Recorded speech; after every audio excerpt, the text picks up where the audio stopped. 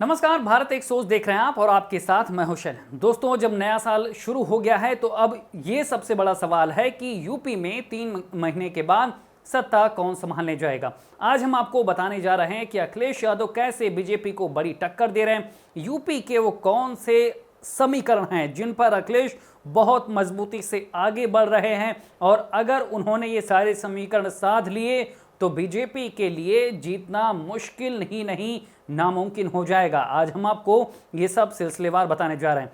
दरअसल यूपी में पिछड़ी जातियों को तो अखिलेश साध ही रहे हैं। उनके तमाम ऐसे दलों के साथ गठबंधन हो चुके हैं जो पिछड़ी जातियों का नेतृत्व करते हैं। चाहे सुभाषपा की बात कर लें, चाहे हम दूसरे दलों की बात कर लें, वो अब अखिलेश के साथ हैं। लेकिन अब यूपी में ब्राह्मण पॉलिटिक्स भी काफ़ी अहम हो चुकी है। ये भी माना जा रहा है कि अगर बीएसपी में दलित नहीं जाएंगे तो फिर वो अखिलेश को अपना बड़ा विकल्प मानेंगे। इस पर हमने एक वीडियो आपको पहले भी बताया था। लेकिन अब सवाल ब्राह्मण राजनीति का हो गया है। ब्राह्मण को रिझाने के लिए हर कोई अपनी कोशिश कर रहा है, लेकिन अखिलेश सभी जातियों को साथ लेकर चल रहे हैं। वो जानते हैं कि पिछड़ी जातियों को साथ लेने के साथ साथ ही सवर्ण जातियों को भी साथ लेना पड़ेगा।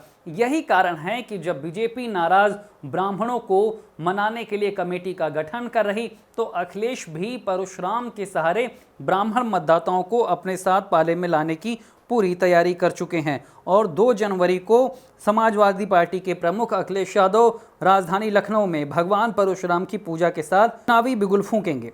इसी दिन उनकी एक जनसभा सीजी सिटी और दूसरी कबीरपुर में होगी।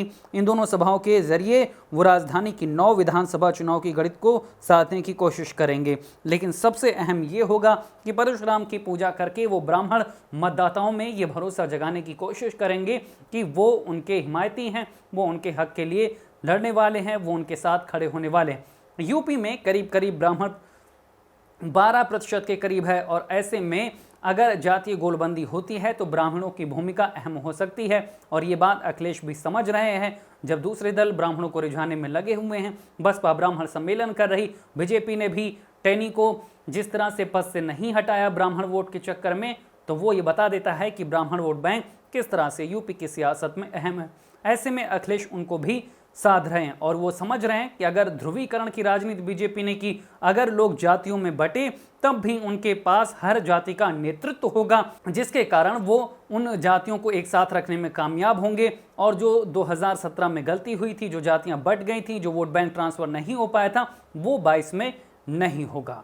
दोस्तों, यूपी की धुआंधार राजनीतिक खबरों के लिए भारत एक सोच को सब्सक्राइब जरूर करिए और बगल वाली घंटी जरूर दबाइए, क्योंकि अगर आप एक बार नोटिफिकेशन बेल दबा देंगे तो आपको हमारे नए वीडियो की सूचना बिल्कुल मुफ्त में मिल जाएगी, और आप जब चाहे जानकारी से भरा वीडियो अपनी मर्जी के मुताबिक देख पाएंगे। चलते हैं। जय भीम, जय भारत।